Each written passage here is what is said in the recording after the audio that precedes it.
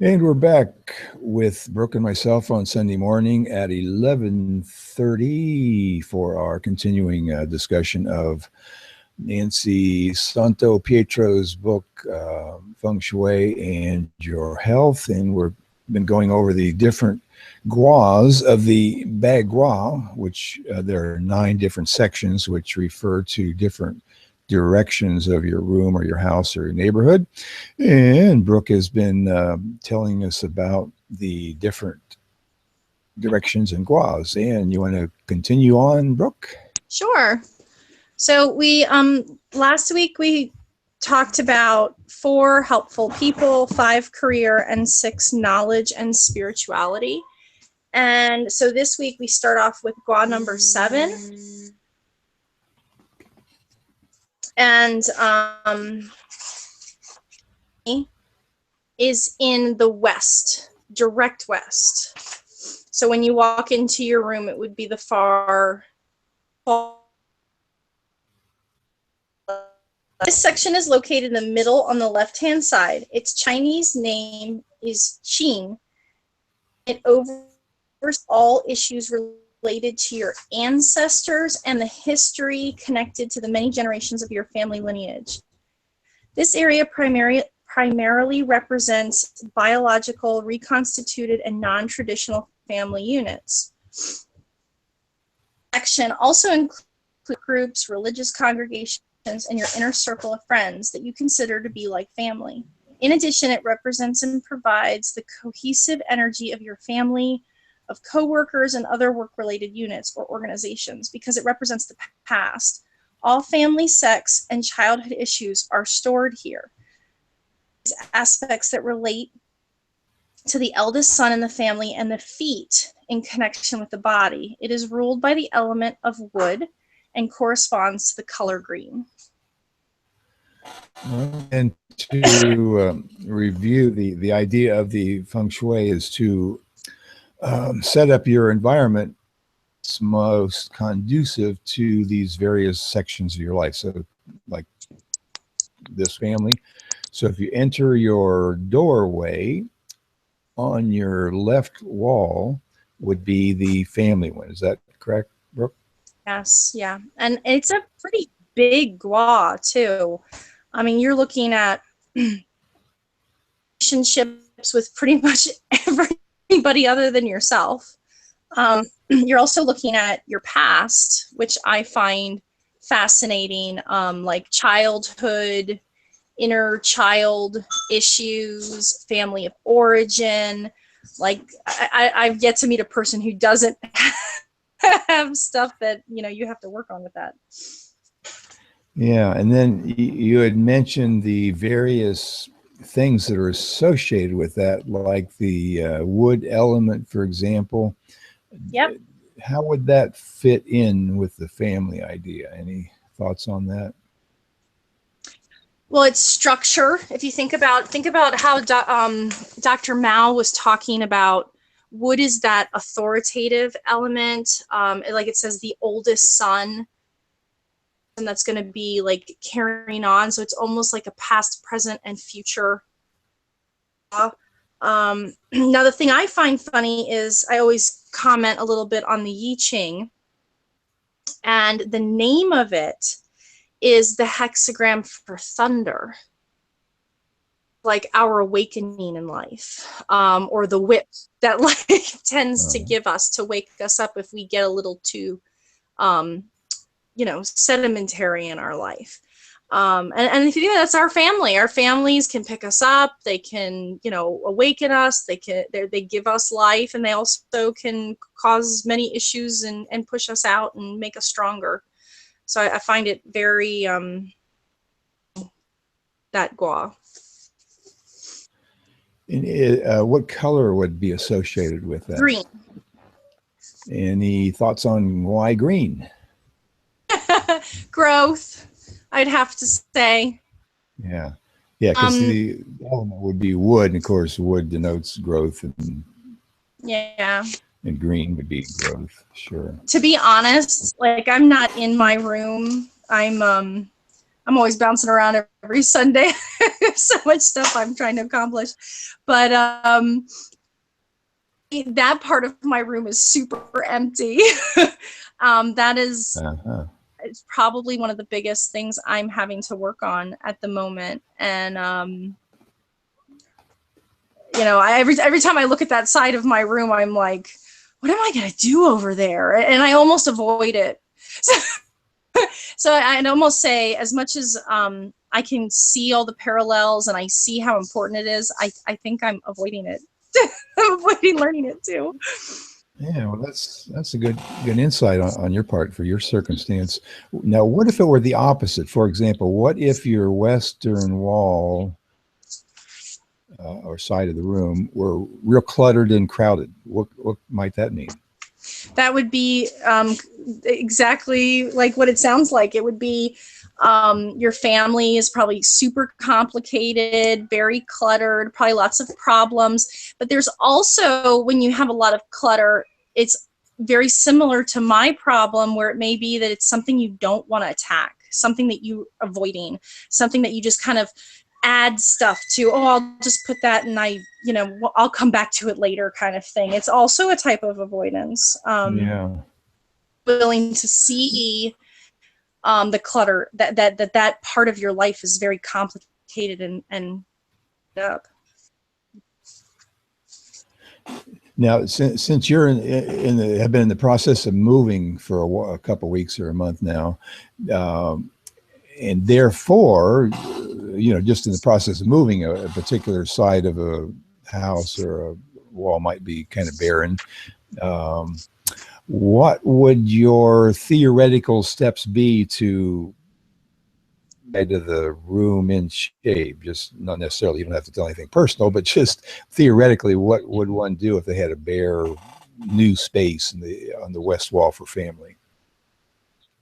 Oh, that's a really good question, because then you really want to, you're looking, if it's bare, so like me, you kind of want to ask yourself why.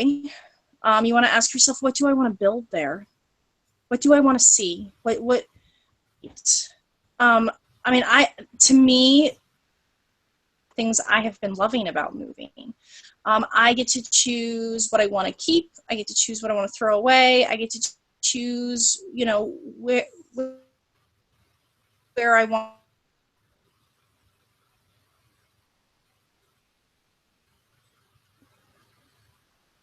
Yeah, you've temporarily frozen My there. future to go. I believe that, did I disappear, or did you disappear? Yeah, you froze for a couple seconds, and now you seem to be back. So you were talking about you choose the things you want in that area. Yep. Mm-hmm. How do you want to support that area? Just like when I did my spiritual knowledge area, I decided to use that as my, someone else could put that, see the knowledge part of that and put their bookcase there, or a reading nook, a learning thing. Everyone's going to interpret these things differently.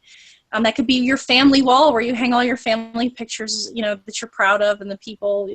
There's so many things you can do. Yeah, that's what I was thinking of immediately. The obvious thing, at least to me, was, since it's a family part of your room or house, you would put photographs or family mementos or something. That would seem to me the kind of an obvious thing. What would be some kind of less obvious, maybe subtle things that might go in the family area? I'm trying to think. Well, actually, on my wall, I was just thinking of what I have in it, because I have very little on that wall, but I hung my compass. His friends, when I was moving, gave me this beautiful tapestry, or like a blanket, and it is a gigantic compass. And it reminds me of the Four Seasons, although it doesn't quite have all the colors, but the colors change on it. And I hung my compass on there. Uh-huh. Now, when you say compass, you mean a literal magnetic-looking compass, or the Bagua compass thing? No, it's a regular nautical shaped compass, like with the arrows and everything. Yeah. Right. So, I mean, maybe I could sit here and pull out the symbolism, who knows what, but yeah, I was going to say there'd be many different things that could be associated with a compass or traveling exactly. or nautical, in fact, thing. Yeah. So that certainly could go along with your personal things or your family things. That makes sense. I will say I hung it upside down because in Taoism, when they are studying, south is up. You do your prayers when you they consider south as up. So maybe my family is my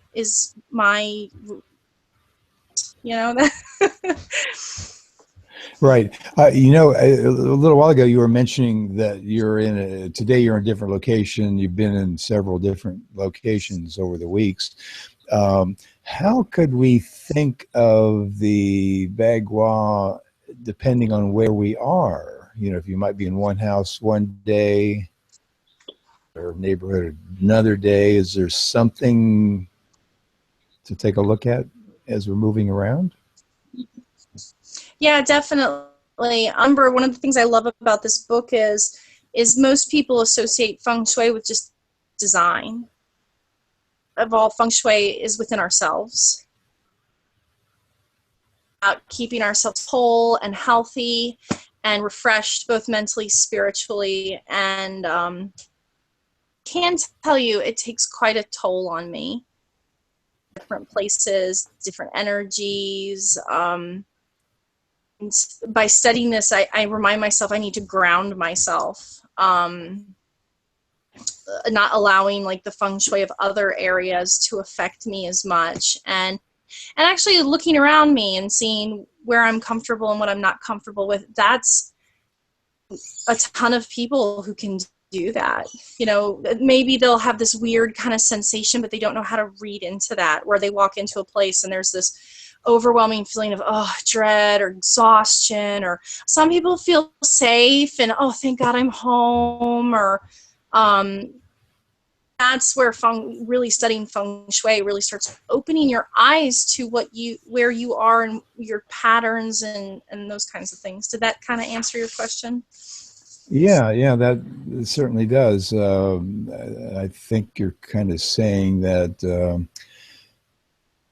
go to a location that you feel uncomfortable with. Well, because you've studied the feng shui idea, that you maybe recognize, well, it's because there's chaos over in this area here on the left or on the right. Exactly. And it's not me necessarily that's chaotic, but there's chaos maybe in this area here. And so I now recognize it, so now I can calm down. Maybe saying. Well, as I move right now, I'm working on, I keep having to come back to the house that I lived in, and I keep having to go through stuff. And it's funny because as you said that, I don't think I wanted to pay attention to it, but the room I'm working on is actually, let's see, it's that far corner. I'm working on the healthy section of that floor in that house. So maybe, I should look into that. Decided to conquer, to go through. Yeah, because I think a lot of times, at least, I tend to blame myself for something. If I'm, feeling a little disordered or something, I'll say, "Oh boy, what did I do to cause myself to do this?" When it may be just the environment's in disorder, and I'm kind of reflecting that. Absolutely. Awareness. You don't necessarily want to blame yourself for something. You're just aware that there's something going on, and then you move forward from there. Knowledge, Yeah, that's the key to knowledge. Yeah, and I haven't moved for from one house to another in over, I don't know, 16 or 17 years. So the idea of moving, although I've done it before, it's kind of foreign to me at this moment. But I can certainly recognize the things that you must be going through as you're moving, and those feelings that come around. You're in a new place, a strange place, new neighborhood. Everything's so different, and yet you need to adjust to that without panic, so to speak. Oh, and sad feelings, like having to go through stuff. I'm definitely becoming more of a minimalist. And I actually today I picked up this picture that an old friend gave me. She kind of was like a second mom to me, and I just stood there staring at this picture, like, do I keep it? Do I need it? I really don't need this, but you know, it has such meaning to me. And then I kind of like, well, do I have to throw everything in my life away? You know, it's definitely a process of no, Yeah. I don't think I could throw this away. I don't need to throw this away. Yeah. Yeah, I'm curious because you have a couple kids that you obviously are moving with you, Yep. presumably. Yeah. You don't leave them on the street corner, but so how does feng shui fit into that? To the idea of children are moving with you, and there has to be some order. And how does that come into play? Well, I definitely tried to feng shui my kids' room in the new place. My daughter makes fun of me. If she hears the word feng shui, she rolls her eyes at me. Oh my gosh, mommy. Um, but I have to say, I feel like a horrible person. I definitely feng shuied my room a lot better than I did their room. And they kind of wanted things the way they wanted it, and I let them have that. But it is funny because my kids love my room. And my daughter Uh-huh. is constantly in my room. And she's like, I don't feel like that room's my room.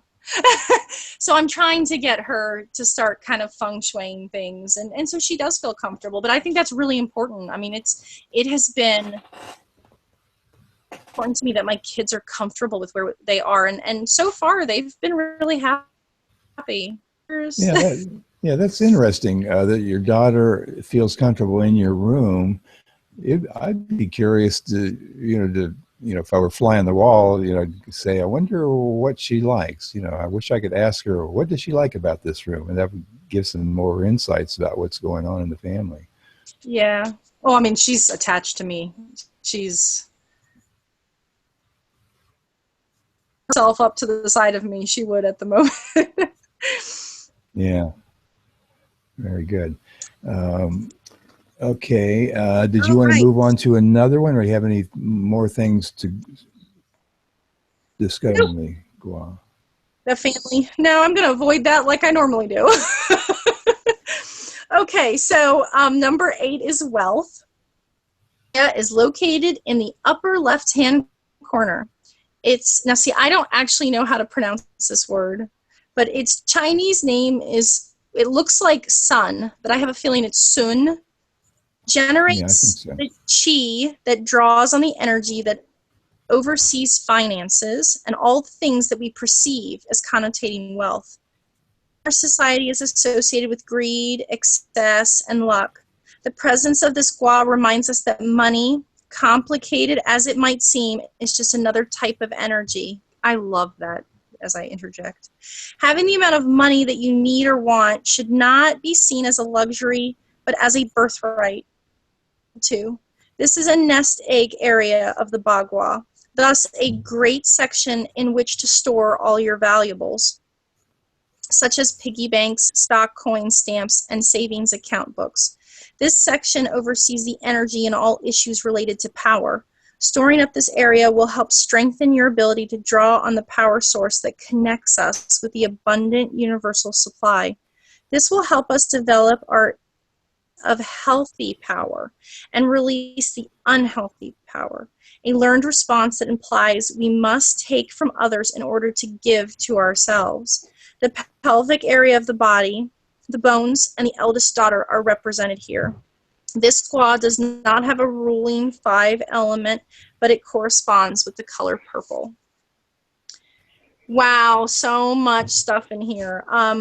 Again, I add from the I Ching. So Sun is the wind hexagram. It's a very important hexagram. It talks about breaking things up. It's a constant strength. It's something that is soft and persistent. It's everything that it touches. It builds, it destroys, so many things. It's also gentle and persuasive. I see the same with wealth. It can be destructive and it can be growth. Definitely probably a center that a lot of people, a part of their, areas that we don't focus on. While you were talking about that, I was thinking of a change too. Finances, at least in my case, over many decades, certainly changed. I'm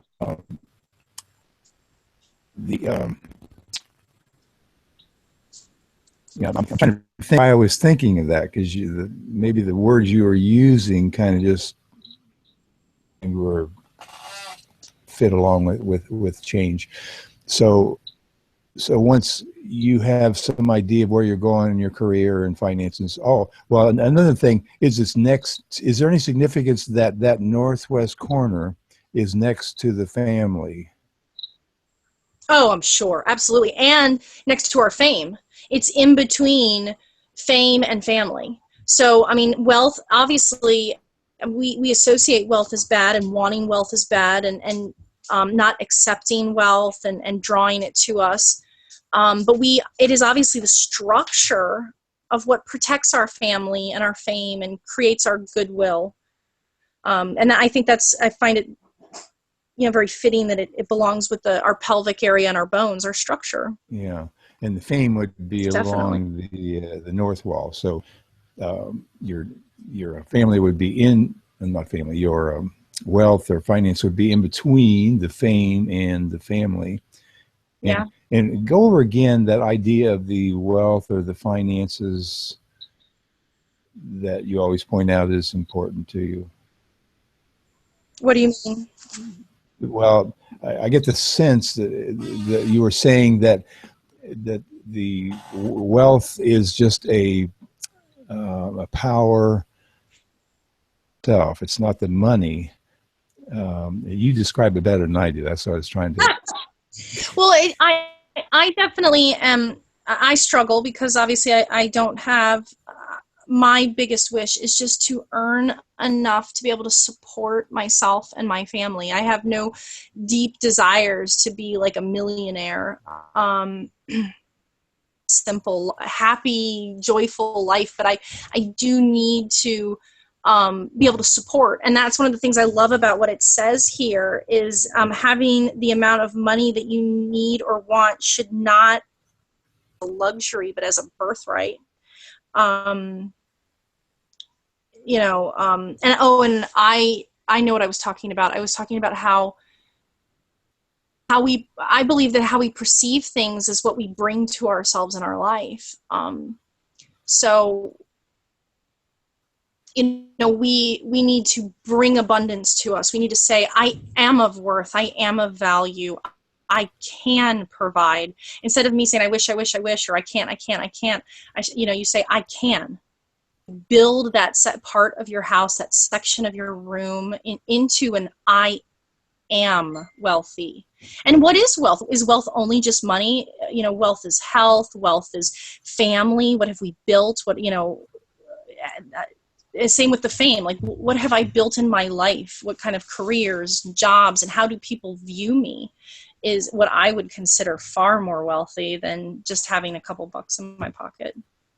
Yeah, okay. I think that's an important thing to observe too. Like you say, that the amount of dollars in your bank account certainly is not going to make you happy. I mean, assuming you have enough to pay the rent, clothing and food and take care of the children and all that.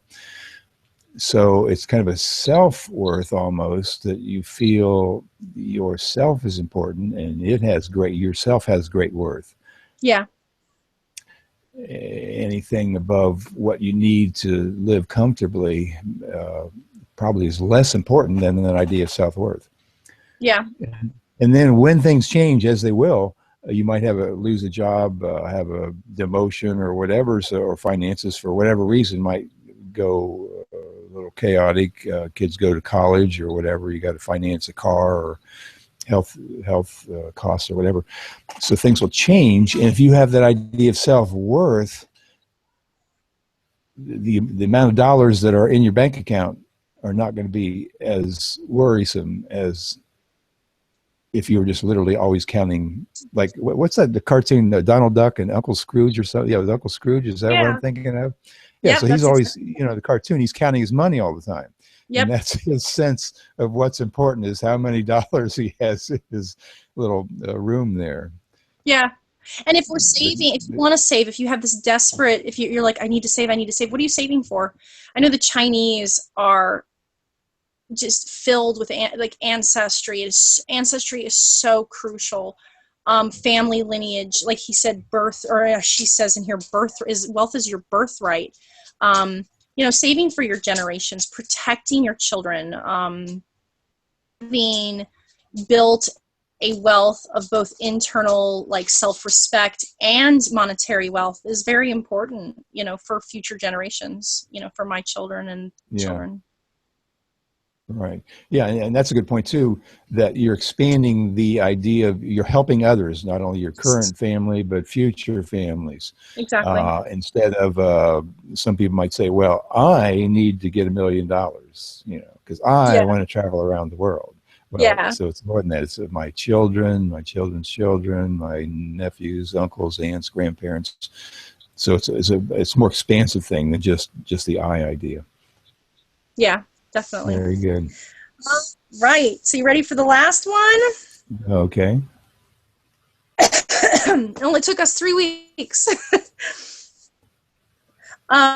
So number 9, the 9th gua, is career/health. It is the center, middle of the bagua. So it is directly in the middle of either your room, your house, your property. Connects all the other 8 sections and is represented by the yin yang or yin yang, or what they say, the Tai Chi symbol. Name is Ming Tang. It oversees all the other issues and life situations that are not represented in the 8 other guas. Its main focus is on health. All health-related issues can be addressed and reinforced in this section.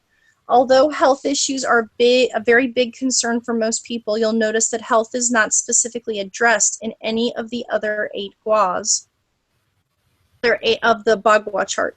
The reason for this is that many factors influence the of good and poor health. From a Feng Shui perspective, health is not seen as something that can be easily adjusted in just one gua.